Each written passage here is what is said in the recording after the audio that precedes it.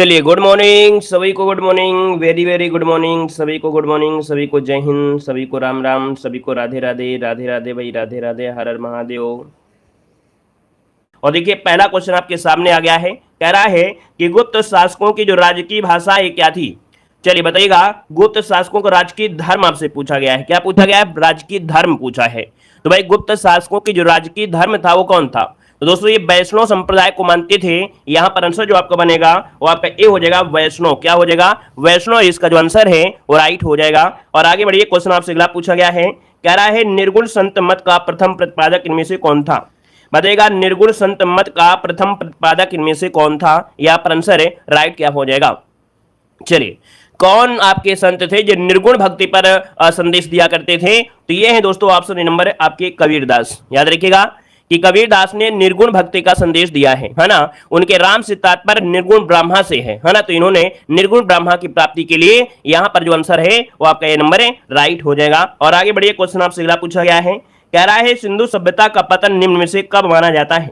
जो आपके सिंधु सभ्यता है इसका पतन जो आपका है वो कब माना गया है। यहाँ पर जो आंसर है राइट इनमें से क्या हो जाएगा। वेरी गुड, बहुत अच्छा प्रयास। और सभी के जवाब देखिए लगातार आ रहे हैं बहुत बेहतर तरीके से, बहुत अच्छे, गजब तैयारी है। देखिए सिंधु सभ्यता का पतन निम्न में से कब माना जाता है, तो ऑप्शन क्या हो जाएगा।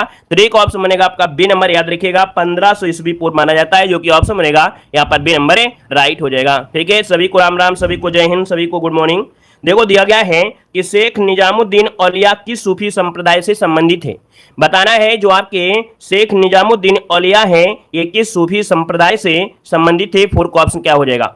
तो दोस्तों यहाँ पर आपका जो आंसर बनेगा यहाँ पर ए नंबर चिश्ती संप्रदाय, जिसका ऑप्शन आया है ए नंबर राइट हो जाएगा। ये चिश्ती संप्रदाय से संबंधित है दोस्तों, याद रखिएगा, ठीक है ना। और यहीं पर एक पॉइंट होता है कि बाबा फरीद के शिष्यों में, क्या बाबा फरीद के शिष्यों में सबसे महान और सर्वोत्तम जो थे वो आपके निजामुद्दीन औलिया थे। इसका मतलब ये क्वेश्चन पूछा जाए कि निजामुद्दीन औलिया के जो गुरु थे वो कौन थे, तो बाबा फरीद थे दोस्तों, याद रखिएगा। ठीक है, आगे बढ़िए, क्वेश्चन आपसे अगला पूछा गया है, कह रहा है आजीवक संप्रदाय की स्थापना किसने की थी। बहुत ही आईएमपी क्वेश्चन आपका दिया गया है। बताइएगा कि आजीवक संप्रदाय की जो स्थापना किया था वो किसने किया था। ये क्वेश्चन कई बार पूछा जा चुका है दोस्तों। यहाँ पर आंसर क्या हो जाएगा, तो आपका ये हो जाएगा मक्खिल पुत्र गोसाल। देखिए ऑप्शन बनेगा यहाँ पर नंबर राइट हो जाएगा। दूसरी बात आपको बता दें कि देखिए कि आप लोग जब मॉडल पेपर सोल्व कर रहे होते हैं या पेड एग्जाम की कोई भी क्लास हमारी देख रहे होते हैं या कहीं भी देख रहे होते हैं, तो आप अपना टारगेट ये देखकर चले कि आप कम से कम प्री तो पढ़ रहे हैं लेकिन मेंस की तैयारी हो रही है।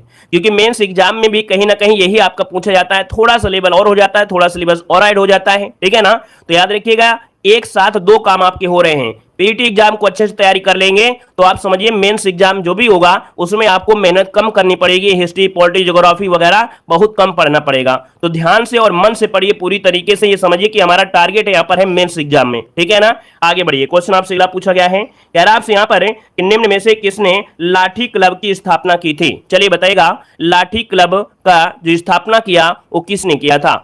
ये क्वेश्चन कई बार पूछा जा चुका है दोस्तों। लाठी क्लब, हिंदू अखाड़ा, गणपति महोत्सव, शिवाजी महोत्सव, है ना, इन सब की शुरुआत जो किया था किसने। अब आप लोग बता सकते हैं क्योंकि हमने एक शब्द बोल दिया है, क्या हमने गणपति महोत्सव और शिवाजी महोत्सव बोला है। तो अब आपको समझ में आ गया है कि भैया जिन्होंने गणपति महोत्सव, शिवाजी महोत्सव को प्रारंभ किया उन्होंने लाठी क्लब और हिंदू अखाड़ा की शुरुआत की थी। ये है आपके बाल गंगाधर तिलक। ऑप्शन जिसका आया है यहाँ पर सी नंबर है, बिल्कुल राइट हो जाएगा। ऑप्शन बनेगा आपका सी नंबर। चलिए आगे बढ़िए, क्वेश्चन दिया गया है, कह रहा है कि राजा महेंद्र प्रताप ने कहां पर भारत की प्रथम अस्थायी सरकार का गठन किया था। तो दोस्तों राजा महेंद्र प्रताप ने प्रथम विश्व युद्ध के दौरान दोस्तों 1915 में अफगानिस्तान में भारत की प्रथम अस्थायी सरकार का गठन किया था। कहां पर है? अफगानिस्तान। यहां पर नोट कर लीजिएगा, ऑप्शन आपको डी लगाना है। सिंगापुर, जर्मनी मत लगाइए, यहां पर लगाना है ऑप्शन आपका डी नंबर। अफगानिस्तान में 1915 में सरकार का गठन किया था। वो भी कैसी सरकार थी? आपकी अस्थायी सरकार थी। आगे बढ़िए, क्वेश्चन आपसे अगला पूछा गया है, यहां पर दिया गया है, कह रहा है वायसराय की कार्यकारिणी में विधिवेता के रूप में 5वें सदस्य को कब शामिल किया गया था। क्वेश्चन नंबर आपका 6 कह रहा है यहाँ पर से 8 नंबर में। तो दोस्तों यहाँ पर देखिए जो आपका 1861 का अधिनियम था, कौन है? 1861 के भारतीय परिषद अधिनियम द्वारा वायसराय की कार्यकारिणी में विधिवेता के रूप में 5वें सदस्य को भी शामिल कर लिया गया था। ऑप्शन जिसका है नंबर राइट हो जाएगा। और आगे बढ़िए, क्वेश्चन आपसे अगला पूछा गया है, कह रहे हैं महिलाओं को मताधिकार प्रदान कब किया गया था। चलिए भाई यहाँ पर बताना है कि महिलाओं को भी मतदान करने का अधिकार है ना, और ये अधिकार जो मिला था ये किस अधिनियम के तहत मिला था? तो इसका जो ऑप्शन है वो आपका बी नंबर है 1919 के अधिनियम के द्वारा, जो कि ऑप्शन बनेगा यहाँ पर बी नंबर है, राइट हो जाएगा, है ना। तो आगे बढ़िए, क्वेश्चन आपसे अगला पूछा गया है, कह रहा है कि 1935 के अधिनियम के संबंध में किसने कहा था कि एक कार जिसमें ब्रेक तो है पर इंजन नहीं है? ये क्वेश्चन को हमने एक बार नहीं बहुत बार पढ़ाया। देखिए इस क्वेश्चन को एक बार नहीं बहुत बार पढ़ाया है ना, और किसी से भी गलत नहीं होना चाहिए क्योंकि ये क्वेश्चन आपका संभावित है, आपका पेपर में मिल सकता है। चलिए भाई यहाँ पर आंसर 10 नंबर का देखिए आपका जवाब आने शुरू हो गए हैं, और आपका जो जवाब है यहाँ पर 10 नंबर में वो ऑप्शन आपका सी हो जाएगा, जवाहरलाल नेहरू। याद रखें, जवाहरलाल नेहरू ने कहा था कि जो 1935 का अधिनियम है वो एक कार है जिसमें ब्रेक तो है पर इंजन नहीं है, तो ऑप्शन राइट हो जाएगा आपका, सी नंबर है, राइट हो जाएगा। आगे बढ़िए, क्वेश्चन दिया गया है, कह रहा है 2011 की जनगणना के अनुसार निम्न से किस राज्य में जनसंख्या का 10 की वृद्धि दर ऋणात्मक रही थी? तो दोस्तों ये बताइएगा जनसंख्या जो ऋणात्मक दर रही थी वो कौन सी यहाँ पर कहां पर रही थी? देखिए 11 नंबर में जवाब बहुत ही फास्ट आया है, यहाँ पर ऑप्शन डी नागालैंड इसका आंसर है, राइट हो जाएगा। दोस्तों यहाँ पर माइनस में चली गई थी, माइनस दोस्तों कितनी 5.8% आपकी रही थी दोस्तों ऋणात्मक। ठीक है, आगे बढ़िए, क्वेश्चन आपसे अगला पूछा गया है, कह रहा है पृथ्वी पर आच्छादित जल का प्रतिशत कितना है? चलिए एक बार दोस्तों शेयर कर दीजिएगा, है ना, दोस्तों को शेयर करिए, दोस्तों से ज्यादा अपने रिश्तेदारों को शेयर करिए ताकि पता चल जाए कि नहीं बच्चा पढ़ाई कर रहा है, बहुत मेहनत कर रहा है। तो अपने दोस्तों को शेयर करिए, साथ में रिश्तेदारों को शेयर करिए, ठीक है। और भैया थोड़ा कुछ जानकारी मिल रही है, सीखने को मिल रहा है, तो एक बार लाइक कर दीजिएगा। पूरा सपोर्ट आप लोग बनाए रखिए, है ना, ताकि हम भी आप लोगों के साथ पूरा सपोर्ट रहे, और हमारा सपोर्ट तो है ही है सुबह से शाम तक आपको क्लासें देना। तो एक बार सभी लोग यहाँ पर लाइक जरूर कर दीजिएगा। तो दोस्तों दिया है पृथ्वी पर आच्छादित जल का प्रतिशत कितना है। चलिए अब आप कहेंगे कि सर जी इस पृथ्वी पर जो है जल वो 71% है, तो सिंपल सी बात है, आपका आंसर हो जाएगा क्या, यहाँ पर ये नंबर है, राइट हो जाएगा। आगे बढ़िए, क्वेश्चन आपसे अगला पूछा गया है, कह रहा है लाल क्रांति का संबंध किससे है? तो चलिए बताइएगा लाल क्रांति का जो संबंध है वो आपकी किससे है? सभी का जवाब बिल्कुल सही होना चाहिए। यहाँ पर कह रहा है लाल क्रांति, और लाल क्रांति में आप क्या कहेंगे? लाल क्रांति में क्या होता है दोस्तों, याद रखिएगा, यहाँ पर टमाटर उत्पादन होता है, जो कि ऑप्शन बनेगा आपका, यहाँ पर आपका ये नंबर है, राइट हो जाएगा। अब आपने देखा होगा कि भैया 2023 में, है ना, क्या कि आपका जो टमाटर के भाव बहुत ऊंचे हो गए थे, तो भैया उसमें क्या होता है कि भैया टमाटर के आप देखिए कितने रील बन गए हैं, है ना। तो ऐसे भी याद रखिएगा, टमाटर लाल क्रांति इसका आंसर जो आपका है वो आपका राइट हो जाएगा। अच्छा एक शब्द और होता है मांस उत्पादन। अगर क्वेश्चन आपसे मिल जाए कि टमाटर और मांस उत्पादन का संबंध किससे, तो भी बताइएगा लाल क्रांति से, ठीक है ना। चलिए आगे बढ़िए, क्वेश्चन दिया गया है, कह रहा है सहारा मरुस्थल में बहने वाली गर्म स्थानीय पवन को क्या कहते हैं? तो दोस्तों ये बताइएगा सहारा रेगिस्तान, है ना, सॉरी, सहारा रेगिस्तान के पूर्वी भाग में जो उत्तर पूर्व दिशा है वहां पर चलने वाली गर्म और शुष्क हवाओं को बोलते हैं हरमटन। क्या बोलते हैं? यहाँ पर ऑप्शन जो डी दिया गया है, हरमटन जो दिया है, ये यहाँ की क्या है, हवाएं हैं जो कि काफी गर्म हवाएं होती हैं। ऑप्शन आपका डी नंबर है, राइट हो जाएगा। और आगे बढ़िए, क्वेश्चन आपसे अगला पूछा गया है, कह रहा है निम्न में से कौन सा अपर्दन स्थल आपका अपर्दन स्थल रूप है? चलिए अपर्दन स्थल रूप है मतलब अपर्दन के द्वारा क्या होता है, छत्रक शिला का निर्माण होता है, और इसके निर्माण के लिए वायु, जल और भूस्खलन महत्वपूर्ण कारक होते हैं। यहां पर जो आपका आंसर है वो आपका बी नंबर है, राइट हो जाएगा। आप देखते होंगे दोस्तों, क्या आप देखते होंगे कि कहीं पर रेत आपकी है और हवा चल रही है तो नीचे नीचे क्या हो जाता है, उड़ जाता है, ऊपर छतरी जैसा बना रहता है। कभी कभी आपने देखो अगर पानी बह रहा होता है तो आसपास से पानी काफी काट के जमीन को ले जाता है, ऊपर थोड़ा सा बन जाता है, तो कहीं ना कहीं वो क्या हो जाता है, एक प्रकार के छत्रशिला का निर्माण कर देता है। तो ऑप्शन बनेगा आपका बी नंबर है। आगे बढ़िए, क्वेश्चन दिया गया है, कह रहा है निम्न में से कौन प्रथम विश्व खाद्य पुरस्कार के प्राप्तकर्ता थे? दोस्तों आईएमपी क्वेश्चन आ गया है। यहाँ पर कह रहा है प्रथम विश्व खाद्य पुरस्कार जो दिया गया था वो किसे दिया गया था? तो दोस्तों ये है आपके कौन, तो आपके एमएस स्वामीनाथन को दिया गया था। एमएस स्वामीनाथन जो कि भारत में हरित क्रांति के जनक माने जाते हैं। दोस्तों याद रखिए, भारत में हरित क्रांति सबसे पहले जो आई थी वो आपके पश्चिमी आपके उत्तर प्रदेश अर्थात कह सकते हैं कि पंजाब में देखने को मिली थी। पंजाब में दोस्तों क्या था कि हरित क्रांति सबसे पहले देखने को मिली थी, और सबसे ज्यादा गेहूं पर आपका फोकस हुआ था, गेहूं का उत्पादन काफी हुआ था। अगर हम आपसे क्वेश्चन पूछे वर्गीज कुरियन कौन है, ये बताइए वर्गीज कुरियन का संबंध किससे है? तो आप कहेंगे सर वर्गीज कुरियन का संबंध है आपके दूध उत्पादन से, है ना, याद रखिए श्वेत क्रांति से संबंधित है और इन्हें भारत का दूध वाला भी कहा जाता है। आगे बढ़िए, क्वेश्चन आपसे अगला पूछा गया है, कह रहा है स्वतंत्रता प्राप्ति के पश्चात भारत की पहली औद्योगिक नीति की घोषणा कब की गई थी? बताइएगा, स्वतंत्रता प्राप्ति के पश्चात प्रथम औद्योगिक नीति की जो घोषणा की गई थी वो आपकी कब की गई थी? तो दोस्तों यहाँ पर याद रखिएगा ऑप्शन हो जाएगा बी नंबर 1948। कब?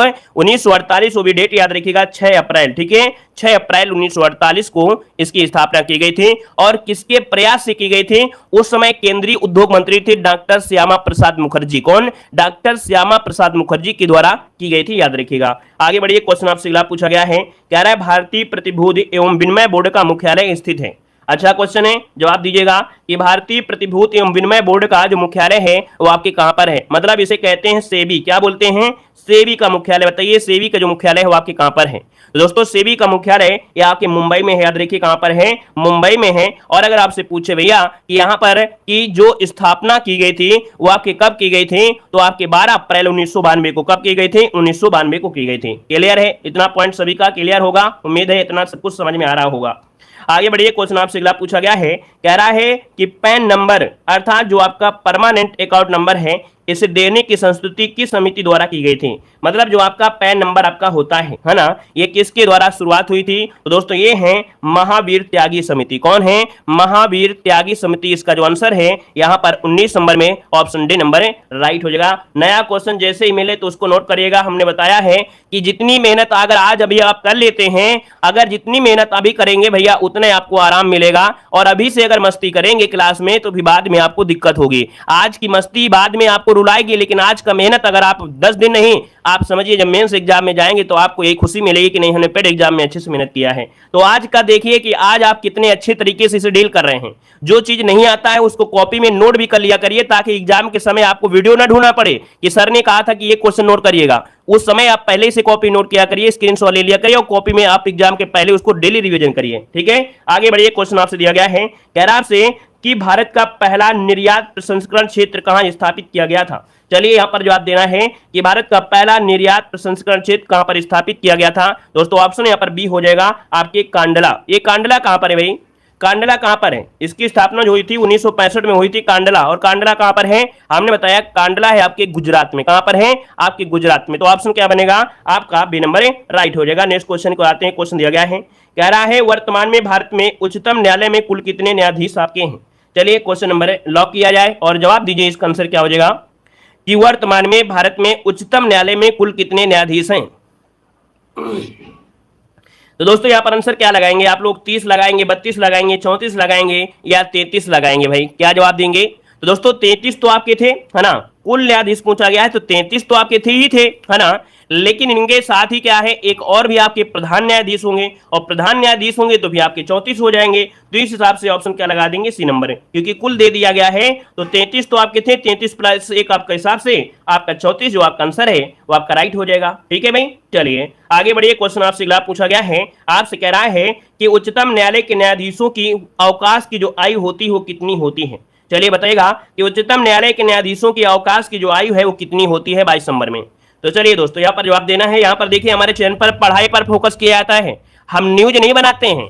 जहां पर न्यूज आपको मिले वहां पर न्यूज देखिए, है ना, वहां पर पूछिए कि पेपर कब होता है, एडमिट कार्ड कब आएंगे, ऑनलाइन फॉर्म कब स्टार्ट होंगे, क्या दिक्कतें हैं। न्यूज वालों के पास जाइए, आप उनका खून पी जाइए, है ना, जो न्यूज बनाते हैं उनका खून पी जाइए और उनसे बोलिए कि कब आएगा। हमारे चैनल पर अगर आप प्रवेश करते हैं तो आपको यहाँ पर जब जानकारी पूरी हो जाती है तभी दी जाती है, नहीं तो सिर्फ और सिर्फ पढ़ाई पर फोकस किया जाता है। हमारे चैनल पर न्यूज की वीडियो आपको मिलेंगे नहीं जल्दी, ठीक है ना। लेकिन हाँ, जो अच्छी न्यूज होगी या बिल्कुल आप लोगों के लिए हित के लिए होगी तो वो आपको मिलती है। ठीक है, तो न्यूज पर फोकस नहीं है, यहाँ पर पढ़ाई पर फोकस है। तो दोस्तों यहाँ पर देखो आपका जो 22 नंबर है वो ऑप्शन ए हो जाएगा 62 वर्ष। दोस्तों याद रखिए कि जो आपके न्यायाधीशों की अवकाश की जो आयु होती है उच्च न्यायालय के, वो आपके 62 वर्ष होती है। दोस्तों याद रखिए ऑप्शन ए नंबर राइट हो जाएगा। आगे बढ़िए, क्वेश्चन आपसे अगला पूछा गया है, यहां पर दिया गया है, कह रहा है राज्यसभा का पदेन सभापति कौन होता है? तो दोस्तों ये बताइए कि राज्यसभा का जो पदेन सभापति होता है वो कौन होता है? तो आपके दोस्तों ऑप्शन सी इसका आया है वो राष्ट्रपति आपका आंसर है, राइट हो जाएगा। और दोस्तों ये आर्टिकल नंबर आपके 89 में इसका वर्णन किया गया है। आगे बढ़िए, क्वेश्चन आपसे अगला पूछा गया है, कह रहा है भारतीय संसद के कुल कितने अंग हैं? भारतीय संसद के कुल कितने अंग हैं? तो दोस्तों आपको बताया गया है कि भारतीय संसद के दोस्तों 3 अंग हैं। सबसे पहले आपके राष्ट्रपति आते हैं दोस्तों, याद रखिएगा। फिर लोकसभा और आपके राज्यसभा। तो दोस्तों यहाँ पर आंसर बनेगा आपका यहाँ पर बी नंबर, मतलब राष्ट्रपति के बिना कोई काम नहीं हो सकता है। जैसे कि एक माचिस की तीलियां खूब होती हैं ढेर सारी, वैसे समझिए लोकसभा राज्यसभा है, लेकिन माचिस के ऊपर जो ये मसाला लगा होता है ना भैया, वो राष्ट्रपति का कार्य करते हैं। इनके बिना कोई कार्य नहीं होगा, इनके सिग्नेचर के बिना कोई कार्य नहीं हो सकता है। आगे बढ़िए, क्वेश्चन दिया गया है, कह रहा है मंत्रिपरिषद किसके प्रति उत्तरदायी होती है? तो दोस्तों बताइएगा कि मंत्रिपरिषद किसके प्रति सामूहिक रूप से उत्तरदायी होती है? आप कहेंगे सर ऑप्शन बनेगा यहाँ पर बी नंबर है, लोकसभा के प्रति उत्तरदायी होती है। ऑप्शन बनेगा आपका बी नंबर है। और ये आर्टिकल नंबर 75 के थर्ड में ये आपका बोला गया है, ये आर्टिकल पूछा गया एग्जाम में। ठीक है, आगे बढ़िए, क्वेश्चन दिया गया है, कह रहा है कि ट्रांसफार्मर का जो प्रयोग किया जाता है, तो भैया ये बताइए ट्रांसफार्मर का प्रयोग जो करते हैं वो किसके लिए करते हैं? ट्रांसफार्मर का जो प्रयोग किया जाता है वो किसके लिए किया जाता है? जवाब देना है, आपका आंसर क्या हो जाएगा? 26 नंबर की अगर बात किया जाए दोस्तों, 26 नंबर में तो आपका ऑप्शन यहाँ पर आ भी रहा है। यहाँ पर याद देखिए, कह रहा है एसी वोल्टेज में, है ना, उच्चयन अपचयन और वो जो आपका दिया होता है उपचयन और या अपचयन के लिए होता है। तो ऑप्शन आपका हो जाएगा सी नंबर है, राइट हो जाएगा। और आगे बढ़िए, क्वेश्चन आपसे अगला पूछा गया है, कह रहा है आपसे क्वेश्चन कि पानी में हवा का बुलबुला वैसे ही कार्य करता है जैसे करता है क्या? तो अब आप बताइए 27 नंबर में कि जो ऑप्शन है आपका सी नंबर अवतल लेंस हो जाएगा। आपने देखा होगा जो बुलबुला होता है, कभी आप कपड़ा धुल रहे होते हैं और काफी बड़ा बुलबुला उठ जाता है, उसमें अपना चेहरा देखिए बिल्कुल बड़ा बड़ा दिखेगा आपको, है ना, लगेगा कि नाक तो हमारी बढ़ गई है ना, बिल्कुल से ऐसे दिखेगा कि आप उस बुलबुले में घुस गए हैं पूरी तरीके से। तो ये होता है आपका अवतल लेंस होता है, जिसमें चेहरा थोड़ा सा बड़ा दिखने लगता है। आगे बढ़िए, क्वेश्चन आपसे अगला पूछा गया है, कह रहा है कि आतिशबाजी में हरा रंग किसकी उपस्थिति के कारण होता है? वेरी वेरी आईएमपी क्वेश्चन आपका है, नोट करिएगा कि हरा रंग पूछा गया है, और जब हरा रंग दिया जाए तो दोस्तों याद रखिएगा यहाँ पर क्या होता है, बेरियम यहाँ पर आंसर है, राइट हो जाएगा। स्ट्रांसियम होता है, स्ट्रांसियम होता है कब? जब लाल रंग की बात करते हैं। आगे बढ़िए, क्वेश्चन आपसे अगला पूछा गया है, कह रहा है कि नाभिकीय विकिरण से शरीर का कौन सा अंग सबसे पहले प्रभावित होता है? तो चलिए बताइएगा, नाभिकीय विकिरण से शरीर का कौन सा अंग सबसे पहले प्रभावित होता है? यहां पर देखिए तो ऑप्शन क्या हो जाएगा? तो दोस्तों ये है ऑप्शन डी नंबर, अस्थिमज्जा। क्या? अस्थिमज्जा होता है दोस्तों। अस्थिमज्जा में क्या होता है? अस्थिमज्जा में क्या होता है? जहां पर आपका क्या होता है, ब्लड बनता है दोस्तों, याद रखिएगा, है ना, लाल रक्त। यहां पर आंसर आपका डी बनेगा। और अगला क्वेश्चन आपका दिया गया है, कह रहा है मानव शरीर में सबसे अधिक जो तंत्रिका कोशिकाएं होती हैं वो आपकी किसमें होती हैं? मानव शरीर में सबसे अधिक तंत्रिका कोशिकाएं जो पाई जाती हैं वो किसमें पाई जाती हैं? तो दोस्तों ऑप्शन देखिए आपका क्या हो जाएगा, रेटिना, मस्तिष्क, मेरुरज्जु या जीभ में।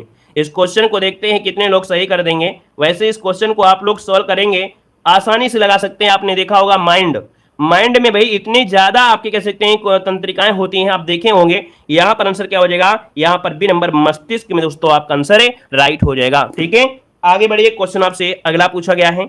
यहां पर आपका क्वेश्चन आ गया है कि महोत्सव का संविच्छेद इनमें से क्या है?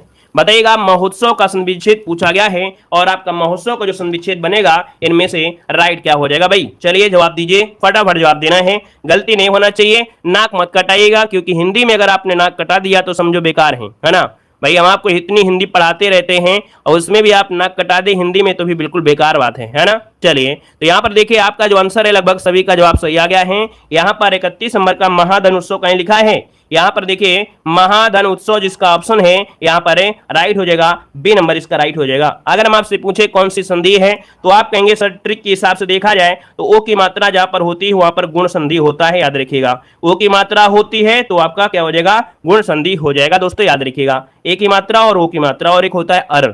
आगे बढ़िए, क्वेश्चन दिया गया है, यहाँ पर दिया गया है कि दूध का धुला होना इस मुहावरे का सही अर्थ क्या है?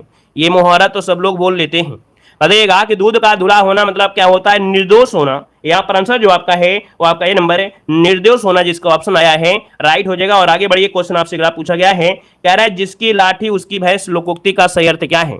जिसकी लाठी उसकी भैंस, इस लोकोक्ति का सही अर्थ देना है। आपका आंसर क्या हो जाएगा दोस्तों? यहाँ पर होता है शक्ति संपन्न आदमी अपना काम बना लेता है। आज के समय में यही चल रहा है भाई, है ना। शक्ति संपन्न जितने भी हैं उन्हीं का काम बन रहा है, बाकी सब तो बेकार है ना। यहाँ पर जो आंसर आपका बनेगा वो राइट क्या हो जाएगा? देखिए 33 नंबर में तो ऑप्शन आपका हो जाएगा बी नंबर दोस्तों, शक्ति संपन्न आदमी अपना काम बना लेता है, ऑप्शन बी नंबर है, राइट हो जाएगा। आगे बढ़िए, क्वेश्चन आपसे दिया गया है, कह रहा है शीत का विलोम शब्द इनमें से क्या हो जाएगा? चलिए बताइए भाई, जवाब देना है, फटाफट जवाब देना है। शीत का जो विलोम बनेगा इनमें से क्या हो जाएगा? शीत का विलोम। तो ये आपका शीत का विलोम हो जाएगा उष्ण हो जाएगा, है ना। शीत है तो आप कहेंगे इसका उष्ण हो जाएगा, और उष्ण हो जाएगा तो ऑप्शन क्या बन जाएगा, यहां पर उष्ण हो जाएगा, ऑप्शन डी नंबर राइट हो जाएगा। ठीक है, आगे बढ़िए। क्वेश्चन आपसे अगला पूछा गया है, कह रहा है जो कठिनाई से मिलता है उसके लिए शब्द बताना है। जो कठिनाई से मिलता है उसके लिए शब्द बताना है। आपका जो आंसर है यहां पर राइट क्या हो जाएगा, जो कठिनाई से मिले उसे बोलते हैं दुर्लभ। क्या बोलते हैं, दुर्लभ। ऑप्शन बनेगा बी नंबर राइट हो जाएगा, दुर्लभ हो जाएगा। और आगे बढ़िए। क्वेश्चन आपसे अगला पूछा गया है कि हाल ही में भारत के पहले अनाज आधारित एथेनॉल संयंत्र की स्थापना कहां पर की गई है। तो दोस्तों बताना है कि अनाज आधारित जो आपका एथेनॉल संयंत्र है इसकी स्थापना कहां पर की गई है। यहां पर राइट आंसर लॉक किया जाए जल्दी से। चलिए भाई, जल्दी बताना है आपका जो आंसर है इनमें से राइट क्या हो जाएगा। तो दोस्तों आपका ऑप्शन हो जाएगा डी नंबर, ये पूर्णिया है। कहां पर है, पूर्णिया है, और ये पूर्णिया दोस्तों बिहार में है। ठीक है ना। वहां के मुख्यमंत्री नीतीश कुमार ने दोस्तों इसकी स्थापना किया था, जो कि आपका पहला अनाज आधारित ये क्या है, एथेनॉल संयंत्र है। आगे बढ़िए। क्वेश्चन आपसे अगला पूछा गया है, कह रहा है भारत अपने किस पड़ोसी देश से सर्वाधिक लंबी सीमा साझा करता है। तो चलिए दोस्तों बताना है कि भारत जो आपका है वो अपने किस पड़ोसी देश से सर्वाधिक लंबी सीमा साझा करता है। यहां पर आंसर जो आपका बनेगा राइट क्या हो जाएगा। इस क्वेश्चन को गलत मत करियो, ठीक है ना। यहां पर 46 नंबर। तो दोस्तों यहां पर देख सकते हैं आपका जो आंसर है लगभग सभी का जवाब सही होना चाहिए, क्योंकि हमने आपको बताया था बांग्लादेश। दूसरा हमने ट्रिक बताया था कि बचपन का सपना जो आपका है ना, बचपन का सपना जो आपका है एमबीए। दोस्तों याद रखिएगा कि यहां पर इस ट्रिक से क्या होगा, क्रम आपको मिल जाएगा कि बांग्लादेश पहले नंबर है ना, फिर चाइना, पाकिस्तान, नेपाल, म्यांमार, भूटान, अफगानिस्तान। मतलब आपसे पूछ ले छठा नंबर में कौन है, पांचवें नंबर में कौन है, तो ये ट्रिक से आप बता दीजिएगा कि पहले नंबर में जो स्पर्श करता है सबसे ज्यादा वो बांग्लादेश है, चौथे नंबर में कह दे तो आप पाकिस्तान बता देंगे। समझ गए होंगे। ठीक है, आगे बढ़िए। क्वेश्चन आपसे अगला पूछा गया है, यहां पर आ गया क्वेश्चन, निम्न में से बगोटा किस देश की राजधानी है। क्या कह रहा है, बगोटा किस देश की राजधानी है, बताइएगा बगोटा किस देश की राजधानी है। चलिए, और अच्छा प्रयास यहां पर देखिए आप सभी का है। यहां पर जो आपका आंसर बनेगा इनमें से राइट क्या हो जाएगा। चलिए 47 नंबर जल्दी से बताइए, अगर आपको आ रहा है तो लॉक करिए, नहीं तो हम तो आपको बताने ही वाले हैं। क्लियर है। चलिए तो यहां पर देखिए आपका 47 नंबर का जो ऑप्शन है, आपका आंसर जो हो जाएगा बगोटा, ये हो जाएगा किसका, चलिए कोलंबिया की राजधानी। याद रखिए कोलंबिया जो ऑप्शन है यहां पर बी नंबर है, कोलंबिया की राजधानी क्या है, बगोटा है। वहीं पर अगर आपसे पूछे बोलीविया की राजधानी क्या है, याद रखिएगा बोलीविया की राजधानी है लापाज, जो आपको रट लेना है, पढ़ लेना है। लापाज जो आपकी है वो कहां की है, आपकी बोलीविया की है, याद रखिएगा। यहीं पर दोस्तों चिली की राजधानी क्या है, तो सांटियागो। क्या है, सांटियागो जो आपकी है वो चिली की राजधानी है। और दोस्तों याद रखिए इक्वाडोर की राजधानी क्या है, तो इक्वाडोर की राजधानी आपकी हो जाएगी क्या, क्यूटो। क्या हो जाएगा, क्यूटो जो हो जाएगा, क्यूटो वो आपकी हो जाएगी इक्वाडोर की हो जाएगी। आगे बढ़िए। क्वेश्चन आपसे अगला पूछा गया है, कह रहा है भारत का न्यूनतम जनसंख्या वाला राज्य, गलत नहीं होना चाहिए भाई, भारत का न्यूनतम जनसंख्या वाला राज्य कौन सा है। तो दोस्तों यहां पर देखिए क्या आंसर हो जाएगा आपका, यहां पर देखिए आपका आंसर क्या बनेगा, सिक्किम लॉक किया जाए। चलिए बिल्कुल सही है, सी फॉर कैट, जो कि ऑप्शन हो जाएगा आपका सी नंबर है, राइट हो जाएगा। ठीक है, आगे बढ़िए। क्वेश्चन आपसे अगला पूछा गया है, कह रहा है आपसे क्वेश्चन कि लोकसभा की 2 बैठकों के मध्य कितने माह से अधिक का अंतर नहीं होता है। तो दोस्तों यहां पर पॉलिटी में बहुत अच्छी बात है कि 5 नंबर तो आपको पहले मिलेंगे, फिर समान जागरूकता जब पढ़ रहे होंगे वहां पर भी 1 क्वेश्चन या 2 क्वेश्चन आपको मिल जाएंगे, है ना। तो दोस्तों यहां पर देखिए पॉलिटी का 2 चैप्टर आपके समान जागरूकता में भी आपको मिलेंगे, कॉमन है, और आपके पॉलिटी में भी कॉमन मिलेगा। मतलब वही चीज लोकसभा राज्यसभा, है ना, ये आपको मिलेगी किसमें, लोकसभा राज्यसभा विधानसभा। ये जब समान जागरूकता का आप सिलेबस उठाएंगे वहां पर भी होगा, और लोकसभा राज्यसभा जब आप पॉलिटी का सिलेबस उठाएंगे तो वो भी आपको मिलेगा। तो बड़ा कॉमन की बात है कि बहुत आसान हो गया। तो दोस्तों यहां पर 49 नंबर की अगर बात कर लिया जाए तो ऑप्शन क्या हो जाएगा दोस्तों, 6 माह जिसका ऑप्शन आया है यहां पर आपका सी नंबर है, राइट हो जाएगा, 6 माह हो जाएगा, इससे अधिक नहीं होना चाहिए। आगे बढ़िए। क्वेश्चन आपसे अगला पूछा गया है, कह रहा है कि राष्ट्रीय विधि दिवस कब मनाया जाता है। तो दोस्तों राष्ट्रीय विधि दिवस कब मनाते हैं, चलिए यहां पर विधि दोस्तों आपका है यहां पर 26 नवंबर, नोट करिएगा कि 26 नवंबर को राष्ट्रीय विधि दिवस मनाया जाता है। वहीं पर 24 दिसंबर को क्या मनाते हैं, 24 दिसंबर को मनाते हैं राष्ट्रीय उपभोक्ता दिवस। क्या मनाते हैं, राष्ट्रीय उपभोक्ता दिवस, याद रखिए राष्ट्रीय उपभोक्ता दिवस मनाते हैं, याद रखिएगा। ठीक है, अच्छा 7 दिसंबर बता दें तो हम समझें कि नहीं आप लोग मेहनत करने वाले हैं। अगर आप 7 दिसंबर दे देंगे तो हम समझेंगे कि नहीं आप यहां पर पढ़ने वाले हैं और आप देश प्रेमी हैं और अभी अभी आपने कहीं ना कहीं देखा जाए इसके बारे में देखा भी है। तो दोस्तों झंडा दिवस क्या 7 दिसंबर को झंडा दिवस मनाते हैं, याद रखिए झंडा दिवस जो मनाते हैं वो आपके 7 दिसंबर को मनाते हैं, याद रख लीजिएगा, ठीक है। और 16 दिसंबर को क्या मनाते हैं, विजय दिवस। क्या मनाते हैं, 16 दिसंबर को विजय दिवस मनाया जाता है, याद रखिएगा विजय दिवस, ठीक है। आगे बढ़िए, क्वेश्चन आपसे अगला पूछा गया है, कह रहे यूनेस्को का मुख्यालय जो आपका है कहां पर है। यूनेस्को का जो मुख्यालय है दोस्तों वो आपके कहां पर है, यूनेस्को का मुख्यालय कहां पर है, जल्दी से बताइए यहां पर क्या हो जाएगा। वेरी गुड, बहुत अच्छे दोस्तों, यहां पर देख सकते हैं कि यूनेस्को का जो मुख्यालय है वो आपका राइट, इनमें से क्या लगभग सभी का जवाब सही है। यहां पर देखिए डी नंबर पेरिस हो जाएगा, क्या हो जाएगा, पेरिस हो जाएगा दोस्तों। इसकी स्थापना पूछा जाता है तो आपके 1945 में इसकी स्थापना की गई थी, आपके 16 नवंबर, क्या 16 नवंबर को 1945 को यूनेस्को की स्थापना की गई थी। आगे बढ़िए, क्वेश्चन आपसे अगला पूछा गया है, कह रहा है कन्हेरी की गुफाएं कहां पर हैं। कन्हेरी की गुफाएं जो आपकी हैं वो आपके कहां पर हैं। चलिए भाई, कम से कम वीडियो में लाइक की संख्या तो इतनी हो जाना चाहिए जितने आप लोग यहाँ पर जुड़े हैं, है ना। क्लास में देखिए काफी लोग बाद में जुड़े हैं, काफी लोग तो भूल ही गए होंगे, है ना, कि क्लास में डायरेक्ट पढ़ रहे होंगे। तो जितने लोग यहाँ पर भूल गए हैं याद दिला दे रहे हैं, एक बार सभी लोग लाइक कर दीजिए, थोड़ा सा हमें भी लगे कि नहीं हाँ इतने बच्चे जुड़े हैं और सबका सपोर्ट है और आपका सपोर्ट हमारा सपोर्ट, तभी तो एक बड़ा काम हो सकता है, ठीक है ना। तो एक बार जितने लोग जुड़े हैं लाइक की संख्या भी बढ़ाते चलिए, ठीक है। जल्दी से सभी लोग लाइक कर दीजिएगा और यहाँ पर क्वेश्चन को लॉक भी करिएगा। कह रहा है कन्हेरी की गुफाएं जो आपकी हैं कहां पर है दोस्तों, कन्हेरी की गुफाएं दोस्तों 52 नंबर का जो ऑप्शन आ रहा है आपका सी नंबर बनेगा, मुंबई में है, याद रखिए, औरंगाबाद मत लगाइएगा। यहां पर जिन लोगों ने ऑप्शन सी लगाया है मुंबई अर्थात महाराष्ट्र में है, याद रखिए ऑप्शन बनेगा आपका सी नंबर राइट हो जाएगा। नेक्स्ट क्वेश्चन को आते हैं, क्वेश्चन दिया गया है आपसे, कह रहा है कि नारंग कप जो आपका दिया है किस खेल से संबंधित है। दोस्तों नारंग कप दिया है, नारंग कप ये जो आपका है किससे है। एक क्वेश्चन यहां से आपको देखने को जरूर मिल रहा है, डेली मिल रहा है दोस्तों। नारंग कप है आपके ऑप्शन डी, आपके बैडमिंटन से, किससे है, बैडमिंटन से। और बैडमिंटन में दोस्तों आपके जैसे अमृत दीवान कप हो गया, क्या अमृत दीवान कप हो गया, चड्ढा कप हो गया, चड्ढा कप, अमृत दीवान कप, ये आपके बैडमिंटन से ही है आपके हैं दोस्तों, याद रखिएगा। आगे बढ़िए, क्वेश्चन आपसे अगला पूछा गया है, कह रहा है 400 वेज के लेखक इनमें से कौन है। दोस्तों यहाँ पर देखिए 400 डेज होना चाहिए, वेज लिख दिए है, वेज बिरयानी नहीं है, यहाँ पर डेज होना चाहिए, है ना। तो दोस्तों याद रखिएगा 400 डेज, है ना, 400 डेज की जो लेखक हैं वो आपके चेतन भगत हैं और इनकी जो आपकी पुस्तकें हैं बहुत बार पूछी भी गई हैं। चेतन भगत आपका आंसर है, राइट हो जाएगा। यहाँ पर आगे बढ़िए, क्वेश्चन आपसे दिया गया है, कह रहा है कार्बन डाइऑक्साइड CO2 के उत्सर्जन में सर्वाधिक योगदान करने वाला देश इनमें से कौन सा है। तो दोस्तों यहाँ पर देखिए CO2 का उत्सर्जन जो कर रहा है ना, ये है आपका चाइना दोस्तों। यहाँ पर आंसर जो आपका डी नंबर है चाइना है जो कि CO2 का उत्सर्जन कर रहा है, इस पर टैक्स ज्यादा लगाना चाहिए, है ना, ऑप्शन बनेगा यहाँ पर डी नंबर है, राइट हो जाएगा। टैक्स लगाने से ही क्या होगा भाई, एक गलती करेगा तो इस गलती का भुगतान सबको करना पड़ेगा भाई, है ना। आज जो पानी बर्बाद कर रहा है, पेड़ काट रहा है, CO2 उत्सर्जन कर रहा है, इसका भुगतान पूरे इंडिया नहीं पूरे विश्व को देखना पड़ेगा और आने वाले समय में बूंद बूंद के लिए और एक ऑक्सीजन के लिए, है ना, बहुत रोना पड़ेगा। यहां पर आंसर जो आपका है वो डी नंबर इसका राइट हो जाएगा। आगे बढ़िए, क्वेश्चन दिया गया है, यहां पर देखिए कह रहा है कि भारत सरकार की किस संस्था द्वारा देशव्यापी अभियान एक सप्ताह एक लैब प्रारंभ करने की घोषणा की गई है। तो दोस्तों बताइएगा जल्दी से यहां पर कि किसने या कौन सी सरकार ने या किसने दोस्तों एक सप्ताह एक लैब प्रारंभ करने की घोषणा किया है। इसका आंसर जो आपका होगा राइट क्या हो जाएगा। क्वेश्चन आपके दोस्तों मिलेंगे करंट अफेयर के अपडेट लल्लन टॉप के मिलेंगे और हमने करंट अफेयर की भी क्लास चलाई है, आपको मालूम होगा,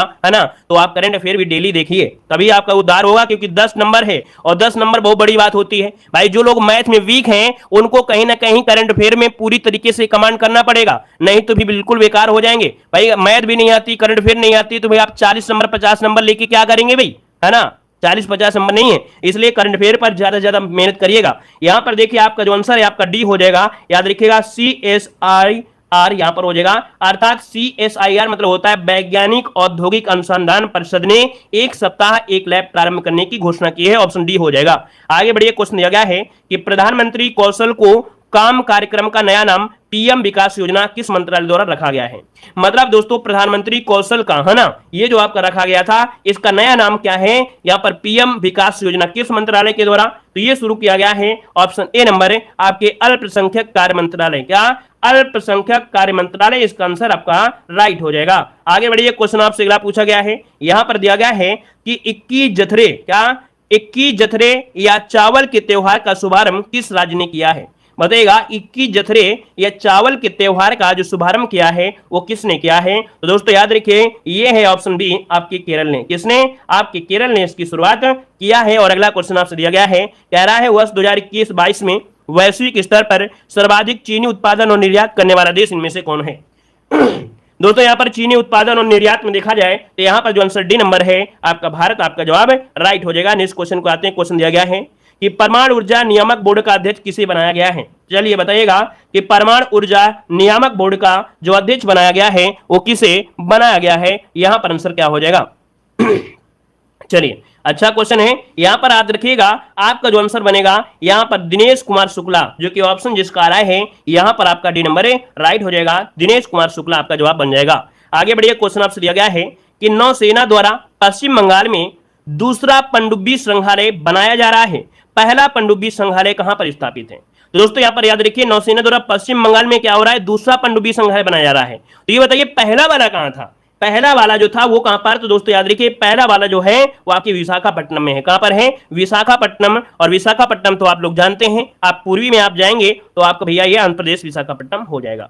आगे बढ़िए, क्वेश्चन आपसे दिया गया है, कह रहा है वर्ष 2022 का तमिल भाषा का साहित्य अकादमी पुरस्कार किस उपन्यास को प्रदान किया गया है?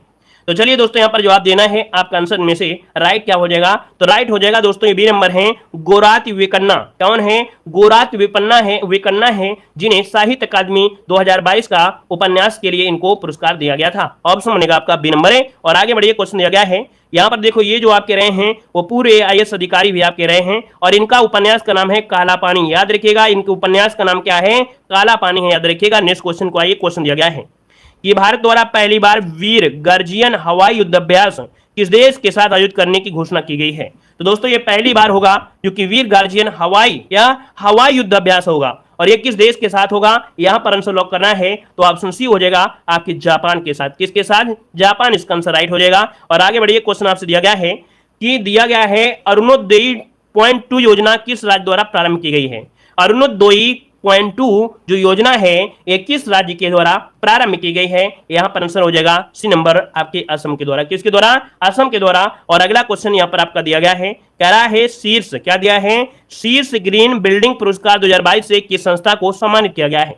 शीर्ष ग्रीन बिल्डिंग पुरस्कार 2022 दोस्तों दिसंबर 2022, ठीक है दिसंबर। हमने बताया कि अपने जो भी मॉडल पेपर हम पढ़ा रहे हैं तो दोस्तों करंट अफेयर जो होगी वो दिसंबर से लेके आपके पूरी कब तक? जुलाई तक को अभी आपको मिल रही है। तो दोस्तों यहाँ पर जो आंसर आपका है वो ए नंबर हो जाएगा, भारतीय विशिष्ट पहचान प्राधिकरण। ऑप्शन बनेगा ए नंबर, राइट हो जाएगा, ए नंबर हो जाएगा। अब आपको क्या करना है भैया? ध्यान से समझना है, ध्यान से पढ़ना है। जैसे कि हम आपको डेली पढ़ाते हैं और कहते भी हैं कि आप लोग टेलीग्राम पे जुड़ जाइए, जो पढ़ाते हैं वो भी आपको मिलेगा और पीडीएफ वगैरह मिलते रहेंगे, नोट्स वगैरह मिलते रहेंगे, ठीक है। तो देखो यहाँ पर दिया गया है क्या कभी कभी आ जाता है कि छोटा महासागर कौन है, बड़ा महासागर कौन है। तो देखिए हम आपको एक ट्रिक बताते हैं, पैसा है ना, क्या होता है PAISA, पैसा से हो गया महासागर खत्म। दोस्तों P मतलब होता है प्रशांत महासागर, सबसे बड़ा है। यहां पर दोस्तों ए होगा अटलांटिक महासागर, फिर आई से हो जाएगा इंडियन ओशियन है ना, हिंद महासागर, और ए से हो जाएगा दक्षिण सागर, और ए से हो जाएगा आर्कटिक महासागर। तो सबसे बड़ा जो आपका है वो प्रशांत महासागर है, सबसे छोटा जो आपका है वो आर्कटिक महासागर है। और आर्कटिक महासागर दोस्तों क्या है, यहां पर आपके अनुसंधान केंद्र है, यहां पर किसी के भी जमीन नहीं है, लेकिन अनुसंधान सभी देशों के लगभग आपके हैं, ठीक है। और आगे बढ़िए, अगला पॉइंट आपसे कह रहा है जो कि यहां से क्वेश्चन बनना ही बनना है, 100% नहीं, हम 200% की गारंटी ले रहे हैं कि यहां से क्वेश्चन बनना ही बनना है। देखो चंपारण आपका जो हुआ था, गांधी जी से रिलेटेड है, चंपारण सत्याग्रह, ये कब हुआ तो दोस्तों 1917 ईस्वी में। कब? 1917 ईस्वी में। अहमदाबाद मिल मजदूर आंदोलन कब हुआ तो दोस्तों याद रखिए 1918 ईस्वी में, है ना। भूख हड़ताल पहली बार इन्होंने अहमदाबाद मिल मजदूर में किया था, दोस्तों याद रखिएगा। वीडियो को लाइक शेयर कर दीजिएगा। अब आपके पास यहाँ पर कमेंट का कम समय है, लेकिन कम से कम अब हम आपको लिए जो पढ़ा रहे हैं, हल्ला मार रहे हैं, तो कम से कम वीडियो को भी लगातार भाई लाइक करते रहिए। देखो खिलाफत आंदोलन दिया है, और खिलाफत आंदोलन दोस्तों 1919 में आपका हुआ था। ये क्वेश्चन मिलान में बहुत पूछा जाता है, मिलान करने के लिए पूछा जाता है। अगला है असहयोग आंदोलन, और असहयोग आंदोलन 1920 ईस्वी में शुरुआत हुई थी।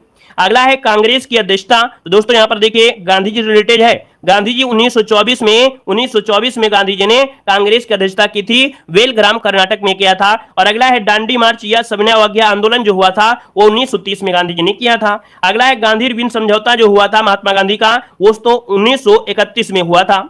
द्वितीय गोलमेज सम्मेलन में दोस्तों गांधी जी ने भाग लिया था, है ना। दोस्तों याद रखिए, द्वितीय गोलमेज सम्मेलन में गांधी जी ने भाग लिया था 1931 में, और पूना समझौता जो हुआ था 1932 में। मतलब दोस्तों गांधी जी से रिलेटेड जो भी पॉइंट आपका है वो यहां पर आपका है, तो एक बार इसका स्क्रीनशॉट ले लीजिएगा जितने लोग आपके हैं, ठीक है। एक बार इसका स्क्रीनशॉट लीजिएगा, पूरा यहां पर अच्छे तरीके से पढ़िए, ठीक है।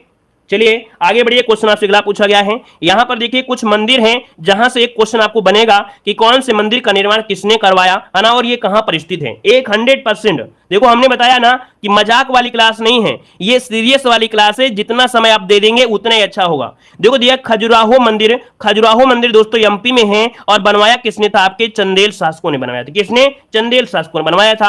अगला है कैलाश मंदिर, दोस्तों कैलाश मंदिर जो बनवाया वो किसने, तो आपके कृष्ण प्रथम ने बनवाया, ये भी कहां पर है, आपके महाराष्ट्र में है। अगला कंदैया महादेव का मंदिर, ये आपके एमपी में है, राजा विद्याधर ने बनवाया था, राजा विद्याधर ने बनवाया था। अगला है दिलवाड़ा का जो जैन मंदिर है वो आपके बिमल शाह ने बनवाया था, है ना, जो कि आपके राजस्थान में आपका है, ठीक है। अगला है त्रिभुवन नारायण मंदिर, त्रिभुवन नारायण मंदिर कहां पर है, तो दोस्तों आपके राजस्थान में है, राजा भोज ने बनवाया था। सूर्य, देखिए कोणार्क का जो सूर्य मंदिर है वो नरसिंह देव प्रथम ने बनवाया था, और ये कहां पर है, आपके उड़ीसा में है। कहां पर है, आपके उड़ीसा में है, ठीक है ना, और ये भगवान सूर्य को समर्पित आपका है। अगला काली मंदिर कहां पर है, तो काली मंदिर आपके पश्चिम बंगाल में है, रानी दास मुनि ने बनवाया था। और अगला एक दिया गया है कि महाबलीपुरम के जो रथ मंदिर हैं ये किसने बनवाया, तो नरसिंह वर्मन प्रथम ने बनवाया था, और ये तमिलनाडु में है। तो इसका भी एक बार स्क्रीनशॉट ले लीजिए। वैसे हम आपको पीडीएफ आपको प्रोवाइड करा देते हैं आपके टेलीग्राम पे, तो टेलीग्राम है Dev GK trick, link description box में है, या तो आप लोग सर्च करके डायरेक्ट जुड़ सकते हैं। लेकिन यहां पर पढ़ने से क्या होता है कि एक बार देखेंगे तो आपको कुछ ना कुछ ज्यादा समझ में आएगा। अब आते हैं यहां पर अगले पॉइंट में, नदियों के किनारे बसे हुए क्या शहर। एक क्वेश्चन यहां से बनेगा दोस्तों। यहां पर दिया गया है अयोध्या जो बसा है किस नदी किनारे, तो आप कहेंगे अयोध्या बसा है आपकी सरयू नदी के किनारे बसा है, ठीक है ना। और अगला है बद्रीनाथ, बद्रीनाथ जो बसा है वो आपके अलकनंदा नदी के किनारे, क्या, अलकनंदा किनारे बसा हुआ है। अगला है गोरखपुर जो बसा है वो किस नदी के किनारे, तो गोरखपुर जो बसा है वो आपके राप्ती नदी, क्या, राप्ती नदी के किनारे बसा है। अगला है सूरत किस नदी के किनारे है, तो सूरत है आपके ताप्ती नदी के किनारे। कहां पर है, ताप्ती नदी के किनारे। अगला है बैतूल जो आपका है, बैतूल ये ताप्ती नदी के किनारे है। देखो गोरखपुर है राप्ती, बैतूल जो आपका है वो ताप्ती, ठीक है। अगला दिया गया है श्रीनगर जो आपका है, श्रीनगर, श्रीनगर जो आपका है वो आपके झेलम नदी के किनारे, मतलब झेलम नदी किनारे श्रीनगर बसा है। कई बार क्वेश्चन पूछा भी गया है। अगला है इलाहाबाद दोस्तों, इलाहाबाद ये गंगा यमुना सरस्वती ये आपका तीनों हो जाएगा। वाराणसी आपका है तो वाराणसी दोस्तों गंगा नदी के किनारे हो जाएगा, ठीक है। अगला है कानपुर दोस्तों, कानपुर की अगर बात करते हैं तो दोस्तों कानपुर जो कि गंगा नदी किनारे सबसे बड़ा शहर आपका, यहां पर दोस्तों याद रखिए कानपुर गंगा नदी किनारे है। अगला है पटना दोस्तों, पटना आपकी गंगा नदी किनारे आपका है, ठीक है ना। अगला है कन्नौज, और कन्नौज वाले तो जानते ही हैं कि कन्नौज से भी क्या बहती है, आपकी गंगा नदी बहती है। हरिद्वार में जाते हैं तो हरिद्वार में भी क्या होगा, यहाँ पर गंगा नदी हो जाएगा, है ना। मथुरा की बात करते हैं तो मथुरा में क्या है, आपकी यमुना नदी है, क्या है, यमुना नदी है दोस्तों, है ना। अगला दिया गया है लखनऊ की अगर बात करते हैं तो लखनऊ पूछा जाता है, लखनऊ दोस्तों याद रखिएगा गोमती नदी किनारे, क्या, गोमती नदी किनारे है। अच्छा ये बताइए गोमती नदी निकलती कहां से है, कोई बता सकता है, जो फास्ट आंसर दे सकता है जल्दी से बताइएगा। गोमती नदी का जो मुहाना है, मतलब जो निकलती है वो कहां से निकलती है, उद्गम कहां से है। चलिए हर हर महादेव, सभी को राम राम। एक बार लाइक भी कर दीजिए भाई वीडियो को, मजा तभी आता है जब आप लोगों का सपोर्ट रहता है। हमें भी लगता है कि आप हमारी मेहनत को समझ रहे हैं, और लगातार हम इतना चिल्ला रहे हैं, इतना पढ़ा रहे हैं, आप लोगों को भी समझ में आएगा, ठीक है। तो लाइक शेयर करते रहिए। पीलीभीत बिल्कुल सही है, याद रखिए गोमती नदी जो निकलती है वो आपकी पीलीभीत से निकलती है, पीलीभीत में, और पीलीभीत में एक जगह है फुलहर झील, कौन, फुलर झील से आती है, वेरी गुड, बहुत अच्छे। अगला है जौनपुर, तो दोस्तों याद रखिए ये जो जौनपुर है ना, यह भी क्वेश्चन पूछा जाता है जौनपुर, तो याद रखिए जौनपुर भी जो बसा है वो भी गोमती नदी के किनारे ही बसा है दोस्तों। अगला है दिल्ली, और दिल्ली की बात करते हैं तो दोस्तों दिल्ली आपकी यमुना नदी किनारे है। अभी देखा था कि आपके 2023 में बाढ़ आ गई थी, है ना, तो दोस्तों यहां पर दिल्ली में रिकॉर्ड टूट गया था, कितने दिनों कितने साल का रिकॉर्ड टूट गया था, तो यमुना नदी तो भूलिएगा मत। अगला दिया गया है अयोध्या, और अयोध्या आपका सरयू हो जाएगा, बद्रीनाथ, गोरखपुर, सूरत, बैतूल, ये अच्छा दोबारा से हो गया है, ठीक है। आगे आते हैं अगले पॉइंट में, जो कि आपका बब्बर शेर वाले आपके क्वेश्चन होंगे, यहां से भी क्वेश्चन आपको देखने को मिलेंगे। सबसे चमकीला ग्रह कौन सा है, सबसे चमकीला ग्रह कौन है, तो आप कहेंगे सर सबसे चमकीला जो ग्रह है वो है आपका शुक्र ग्रह, क्या है, शुक्र ग्रह सबसे चमकीला है दोस्तों, है ना। अगला दिया गया है भारत का जो राष्ट्रीय पशु है वो कौन सा है, तो भारत का राष्ट्रीय पशु क्या है, बाघ है, क्या है, बाघ हो जाएगा। भारत का राष्ट्रीय पक्षी कौन सा है? तो मोर हो जाएगा। भारत का राष्ट्रीय फल क्या है? तो आम हो जाएगा। राष्ट्रीय फूल क्या है? तो आप कहेंगे कमल हो जाएगा, है ना। ये क्वेश्चन हल्के मत लीजिएगा, 1 नंबर के हैं, एग्जाम में आ जाते हैं। अगला देखो दिया गया है कि भारत का राष्ट्रीय खेल क्या है? तो भारत का राष्ट्रीय खेल क्या है? तो हॉकी हो जाएगा। क्या हो जाएगा? हॉकी हो जाएगा। भारत जो दिल्ली भारत की राजधानी बनी, दिल्ली भारत की राजधानी कब बनी थी? 1911। वैसे घोषणा जो हुई थी वो 1911 में और 1912 में स्थानांतरित हो गई थी। अगला दिया गया है कि ओणम किस राज्य का प्रसिद्ध त्योहार है? ओणम दोस्तों, ओणम हमने बताया था ये हर बार पूछा गया है। ओणम जो आपका हर बार और हर एक एग्जाम में पूछा जाता है। दूसरी बात यहां पर देखिए, जो लोग पेटी एग्जाम की तैयारी कर रहे हैं अच्छी बात है, लेकिन जो अदर एग्जाम के हैं जैसे पुलिस की तैयारी है, वीडियो एग्जाम के हैं, जिस जूनियर असिस्टेंट के हैं, वो लोग भी क्लास से देखा करें, हमारी हर एक क्लास को जरूर देखा करें। कह रहे सर थोड़ा हार्ड क्वेश्चन करिए पेट एग्जाम दे रहे हो, है ना, पीसीएस की एग्जाम नहीं है कि पीसीएस एग्जाम में वो थोड़ा हार्ड पढ़ाएं, जाके पेपर उठाकर देख लेना, तब बोलिएगा कि नहीं थोड़ा हार्ड पढ़ाइएगा, ठीक है। हार्ड पढ़ा देंगे ना तो हार्ड टैग आ जाएगा, फिर कहोगे कि सर जी आप तो सिलेबस के बाहर जा रहे हैं, और हम सिलेबस के बाहर नहीं जाते हैं, इसलिए हमारी ही चैनल से टॉपर बनते हैं, ठीक है, वो भी फ्री बनाते हैं, यहाँ पर फ्री पढ़ाते हैं, ठीक है। देखो यहाँ पर दिया गया है, कह रहा है आपसे क्या कि राष्ट्रगान, देखो ओणम से हमने बताया था ओके, ठीक है ना। अगला दिया गया है भारत का जो राष्ट्रगान है वो किसने लिखा? तो भारत का राष्ट्रगान जो लिखा वो लिखा था रविन्द्रनाथ टैगोर। किसने लिखा था? रविन्द्रनाथ टैगोर ने लिखा। अगला भारत का राष्ट्रीय जलीय जीव कौन सा है? तो भारत का राष्ट्रीय जलीय जीव कौन सा है? गंगा डॉल्फिन है। कौन है? गंगा डॉल्फिन है। अगला दिया गया है कि सूर्योदय के देश के नाम से किसे जानते हैं? तो चलिए बताइएगा कि सूर्योदय का देश के नाम से किसे जानते हैं? तो दोस्तों सूर्योदय के देश के नाम से जानते हैं किसे? आपकी जापान को जाना जाता है दोस्तों, जापान। अच्छा, एक क्वेश्चन हमने आपको पढ़ाया था कि भारत में सबसे पहले सूर्योदय कहां पर होता है? जल्दी से कमेंट करें कि भारत में सबसे पहले सूर्योदय कहां पर होता है, जल्दी से लॉक करें। यहां पर क्या हो जाएगा? भारत में सबसे पहले जो आपका सूर्योदय होता है वो कहां पर होता है? कौन से राज्य पर होता है?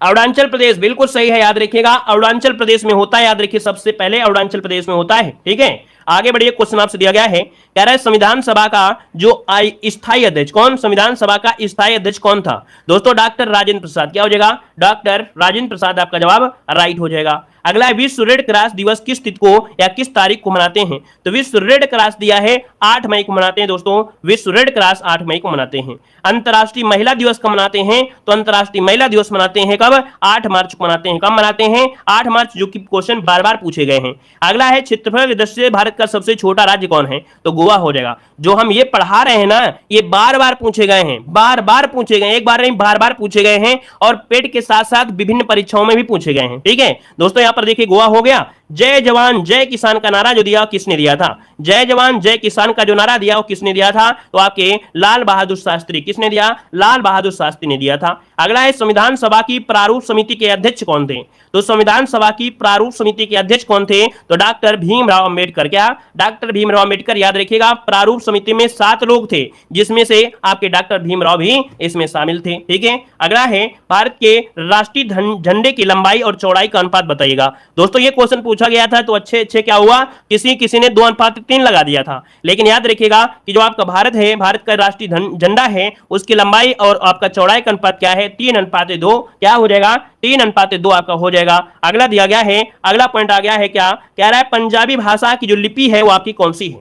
चलिए ये बताइएगा कि पंजाबी भाषा की जो लिपि है वो आपकी कौन सी है? तो याद रखिए पंजाबी भाषा की लिपि है आपकी गुरमुखी। क्या हो जाएगा? गुरमुखी हो जाएगा। अगला है बिहू किस राज्य का प्रसिद्ध त्योहार है? बिहू किस राज्य का प्रसिद्ध त्योहार है? तो दोस्तों याद रखिए असम का है। कहां का है? असम का है। अगला है पोंगल किस राज्य का त्योहार है? बताइएगा पोंगल कहां का है? तो दोस्तों तमिलनाडु से है। लल्लन टॉप वाला क्वेश्चन आ गया है, तमिलनाडु। अगला है कागज का आविष्कार किस देश में हुआ था?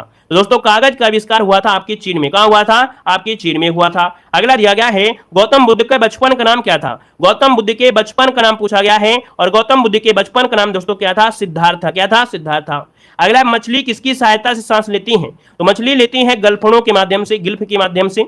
अगला रतौंधी किस विटामिन की कमी से होता है? रतौंधी किस विटामिन की कमी से होता है? याद रखिए विटामिन ए की कमी से रतौंधी रोग होता है। अगला गिद्धा और भांगड़ा किस राज्य के लोक नृत्य हैं? गिद्धा और भांगड़ा किस राज्य के लोक नृत्य हैं? याद रखिए पंजाब। क्या हो जाएगा? पंजाब हो जाएगा। भगवान बुद्ध को ज्ञान की प्राप्ति कहां पर हुई थी? तो भगवान बुद्ध को जो ज्ञान की प्राप्ति हुई थी वो आपकी बोध गया में हुई थी। कहां पर हुई थी? बोध गया में हुई थी। अगला है आर्य समाज की स्थापना किसने की थी? चलिए बताइएगा, आर्य समाज की स्थापना किसने किया? तो आपके स्वामी दयानंद सरस्वती ने किया था दोस्तों, याद रखिएगा।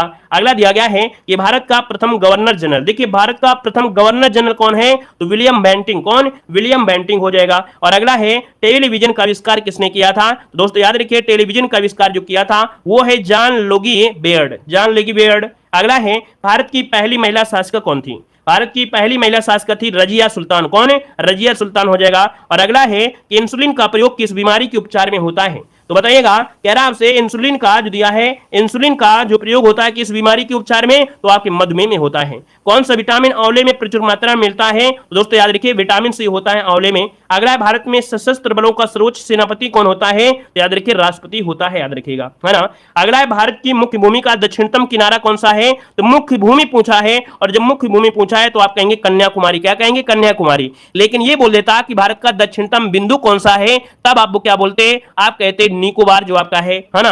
अगला है भारत में सबसे पहले सूर्य किस राज्य में? तो देखो क्वेश्चन आपका आ गया है कि भारत में सबसे पहले सूर्य कहां निकलता है? तो आपके अरुणाचल प्रदेश में होता है। तो दोस्तों इस प्रकार से ये प्यारी सी क्लास। धन्यवाद सभी को। जय हिंद, वंदे मातरम।